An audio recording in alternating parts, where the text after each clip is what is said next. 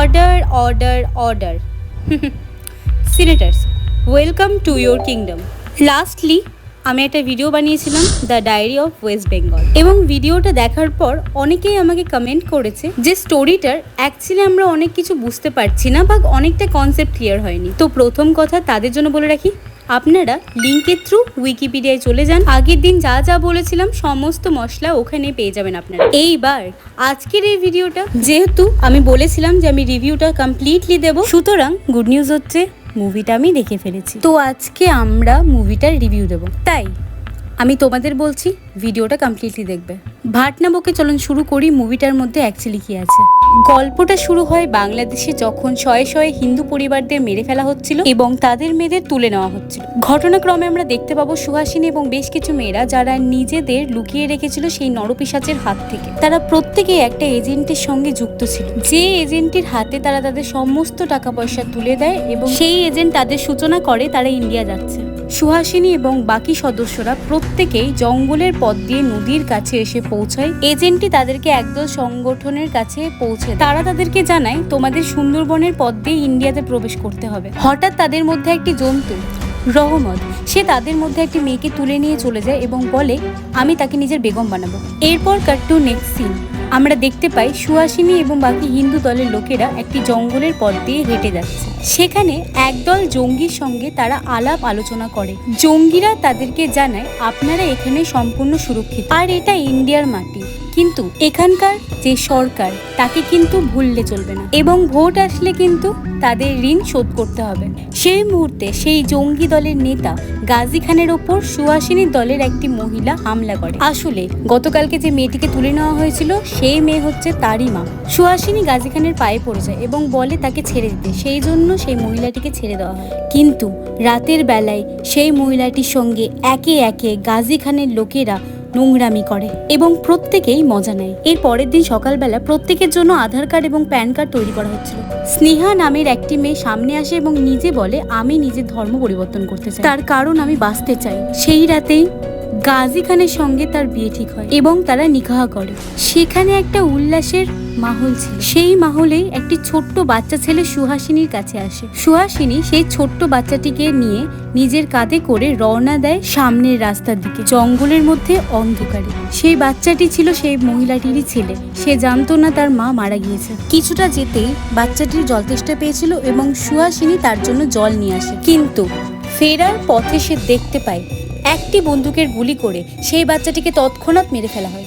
আসলে অনেকক্ষণ থেকে গাজী খানের দলের একটি লোক তার পিছু নিয়েছিল। সে সেই মুহূর্তে সুহাসিনীকে যখনই ধরতে আসে, সুহাসিনী কোনো ক্রমে নিজেকে বাঁচিয়ে দৌড় দেয়। এরপর সুহাসিনীর প্রথমবার আলাপ হয় প্রতীকের সঙ্গে। সুহাসিনী ভীষণ পরিমাণে ভয় পেয়ে যায়। প্রতীক নিজেকে অ্যাসিওর করে আমি হচ্ছি হিন্দু ছেলে যে এখানে এসেছে সুন্দরবনের ওপরে বই লিখতে, কারণ সে পাবলিশার। এরপর প্রতীক সুহাসিনীকে নিয়ে শহরে আসে এবং সুহাসিনী নিজের জীবনের দুঃখের কাহিনী তাকে বলে।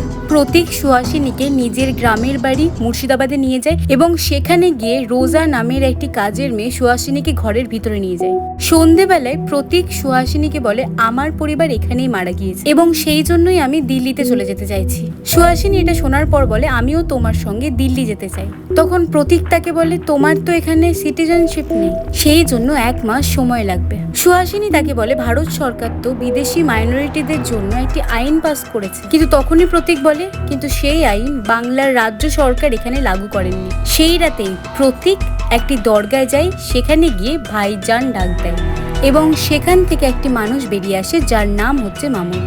ইজিলি এটা বোঝা যাচ্ছে যে প্রতীক সুহাসিনীকে মিথ্যে কথা বলেছিল এবং একই সঙ্গে মামুদ তাকে জানায় যে মেয়েটিকে তুমি আজকে নিয়ে এসেছো তাকে আজকেই মেরে ফেলো। কিন্তু তখন প্রতীক বলে না, আগে আমি তার আত্মসম্মানকে শেষ করতে চাই। এমডি মামুদ ইনি হচ্ছেন এমন একটি ব্যক্তি যিনি নিজের দলের লোকজনকে বোঝান কিভাবে একটি হিন্দু মেয়েকে প্রলোভন দেখানো যায় এবং নিজেদের জাতি বিস্তার করা যায়। এই নিয়ে পরের দিন তিনি বড় সড়ো একটা চওড়া ভাষণ দিয়েছিলেন। আসলে মামুদ চেয়েছিলেন বিরোধী পার্টিকে একটাও ভোট না দিতে এবং সমস্ত ভোট যেন তাদের পক্ষেই আসে। এরপর এমডি মামুদ সহ কিছু লোকজন দিল্লির এক রিপোর্টার প্রজ্ঞাকে ধরে ফেলে এবং তার সহ তার ক্যামেরাম্যানকে। প্রজ্ঞাকে এবং তার ক্যামেরাম্যানকে ভীষণ পরিমাণে মারধর করে এবং চিৎকার করে বলে তোমাদেরকে আমরা এখানে কোনো রকম তদন্ত করতে দেব না। প্রজ্ঞার পিঠের পেছনের জামাটাকে ছিঁড়ে দিয়ে সেখানে লিখে দেয় ভোট ফর ম্যাডাম। তারপর সেখানে একটি ছেলে আসে যে বম দেখিয়ে রিপোর্টার এবং তার ক্যামেরাম্যানকে বাঁচিয়ে নেয়। এরপর সুহাসিনীকে বাড়ির মধ্যে না দেখতে পেয়ে প্রতীক ভীষণ পরিমাণে চিৎকার করে এবং রোজাকে দেখতে পায় এবং রোজার ওপর সমস্ত রাগ বের করে দেয়। প্রতীক একটি ছাপাখানায় যায় এবং সেখানে সুহাসিনীকে দেখতে পায়। সে নিশ্চিন্ত হয়ে যায় এবং সুহাসিনীর কাছে যেতে সুহাসিনী তাকে বলে, তোমার ফোনে কেউ কল করেছিল এবং আতিক খানকে খোঁজ করছিল। হ্যাঁ, এখানে আমরা জানতে পারি আসলে প্রতীক হচ্ছে আতিক খান। প্রতীক তখন বেদ পুরাণের একটি টপিক নিয়ে আসে এবং সুহাসিনীর মনটা ওইদিকে ডাইভার্ট করে দেয়। এরপর সুহাসিনী যতবার প্রতীককে জিজ্ঞেস করে তুমি কবে দিল্লি যাচ্ছ, প্রতীক উত্তরে একটা কথাই বলে তোমার সিটিজেনশিপ পেতে প্রবলেম হচ্ছে এবং বলে বিয়ে করার জন্য। এরপর সুহাসিনী কোনো উত্তর দেয় না। কিন্তু এরপর সিন চেঞ্জ হয় এবং একটা রাত্রে আমরা দেখতে পাই প্রতীক ঘরের মধ্যে আসে এবং পেপার দেখিয়ে সুহাসিনীকে বলে আজ থেকে আমরা স্বামী স্ত্রী। সুহাসিনী বলে আমি তোমাকে স্বামী হিসেবে মানি না, কিন্তু এই নাটকটা আমি করতে রাজি আছি, তার কারণ আমি দিল্লি যেতে চাই। সুহাসিনী নিজের জীবনের একটা দিনও ভুলতে চায় না, তার কারণ পুরনো কথা মনে করলে সেই নিজের মনের ভিতরে সে আগুনটা বিস্তার করতে পারবে এবং পরিত্রাণ দিতে পারবে সে শয়ে শয়ে হিন্দু পরিবারের। পরের দিন রিপোর্টার প্রজ্ঞা আসে, যাকে সুহাসিনী ডেকে পাঠিয়েছে। রিপোর্টার প্রজ্ঞার কাছে সুহাসিনী নিজের জীবনের সমস্ত ঘটনাগুলি বিস্তারিতভাবে জানায় এবং সেগুলো সমস্তটাই প্রজ্ঞা নিজের ক্যামেরাম্যানের কাছে রেকর্ড করিয়ে নেয়। এরপর ঘোষণা হয় সেই পাড়ার মধ্যে কোনো মহিলাই যেন কিছুদিন পর্যন্ত ফোন, টিভি, কোনো রকম বাইরের সামাজিক মাধ্যম ইউজ না করে। সুহাসিনী বলে মহিলাদের সঙ্গে এরকম কেন করা হচ্ছে? তখন রোজা বলে এটাই আসল গল্প। আসলে হয়েছেটা কি, আমিও একবার বিয়ে করেছিলাম আর বিয়ের পরে আমি নিজের ফুফির বাড়ি গিয়েছিলাম নিজের দেওরের সঙ্গে। ফিরে দেখি আমার বর আমাকে ডিভোর্স দিয়ে দিয়েছে। রোজা খুব কান্নাকাটি করছিল কিন্তু কেউ তার কথা শোনেনি। উপরন্তু আইন তার স্বামীর পক্ষে এসেছিল এবং প্রত্যেকেই বলেছিল তার স্বামীর উচিত কাউকে বিয়ে করে নেওয়া এবং নতুন ভাবে তার স্বামীর নিকাহ হয়। এরপর রোজা সম্পূর্ণরূপে ভেঙে পড়ে এবং মৌলভী সাহেবের বাড়ির বাইরে না খেয়ে পড়ে থাকে। মৌলভী সাহেবের কিছুটা দয়া হয় এবং সেই জন্য তাকে বাড়ির কাজের দায়িত্ব দেওয়া হয়। এরপর রোজা সুহাসিনীকে জড়িয়ে ধরে থাকে এবং কান্নায় ভেঙে পড়ে বলে, সুহাসিনী তুমি এখানে সুরক্ষিত নেই। সিন চেঞ্জ হয় এবং পরের দিন সুহাসিনী আবার প্রজ্ঞার সঙ্গে দেখা করে এবং তাকে বলে আমি দিল্লি যেতে চাই। রিপোর্টার প্রজ্ঞা বলে পরের দিন দুপুর 2টোর সময় এবং তারা অপেক্ষা করবে সুহাসিনীর জন্য। সুহাসিনী ফেরার পথে স্নেহাকে দেখতে পায় যে রাস্তায় দাঁড়িয়ে ভিক্ষা করছিল। আপনাদের মনে আছে তো কোন স্নেহা? স্নেহা যার সঙ্গে গাজী খানের প্রথমে বিয়ে হয়েছিল। স্নেহা সুহাসিনীকে জানায় বিয়ের কিছুদিনের মাথায় গাজী খান তাকে ডিভোর্স দিয়ে দেয় এবং সেই জন্য তার এই অবস্থা। সুহাসিনীর ফোনে একটা কল আসে। ফোনে ওপারে থাকা রোজা সুহাসিনীকে সমস্ত সত্যি কথা জানিয়ে দেয়। আর তখনই বাড়িতে প্রতীক আসে। সুহাসিনী মুখোমুখি হয় প্রতীকের এবং জিজ্ঞেস করে রোজা কোথায়। প্রতীক কোনো রকম উত্তর দেয় না। সুহাসিনী প্রতীকে একটা কথাই বলে, আমি তোমার বাড়ি সবটা জেনে ফেলেছি, তুমি আসলে আতিক খান, মামুদের ছোট ভাই এবং সে হচ্ছে একটা নরপিশাচ। প্রতীক বলে আমিও নরপিশাচ। জোর করে সুহাসিনীর সঙ্গে সে নোংরামি করার চেষ্টা করে কিন্তু তখনই সুহাসিনী তাকে তারই বন্ধুকে গুলি করে মেরে ফেলে। সুহাসিনী ওখান থেকে বাইরে বেরোয় এবং দৌড়াতে শুরু করে। রাস্তার মধ্যে কোনো দিকে তাকায় না, সে শুধু সোজা দৌড়চ্ছিল। আর তখন সেই ছেলের সঙ্গে দেখা, যে ছেলেটাকে আমরা আগেও দেখেছিলাম সে কতটাই হেল্পফুল ছিল।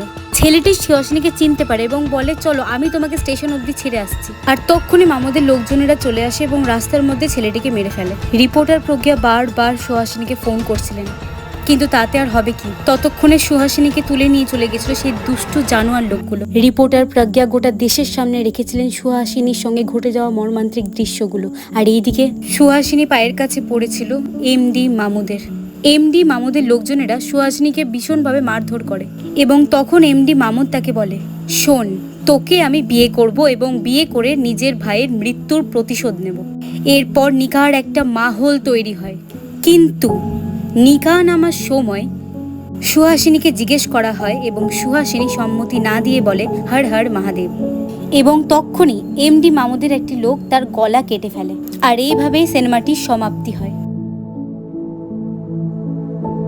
এই পুরো মুভিটায় একটা সিনেমা নাকি রিয়ালিটি সেটা আপনারা কমেন্ট করে জানান। আমাদের কাজ হচ্ছে প্রত্যেকটা ভালো মুভিকে তুলে ধরা, তাদের উপস্থাপনাকে সংক্ষিপ্ত রূপে আপনাদের সামনে রিভিউ দেওয়া এবং এটা আমরা করবই।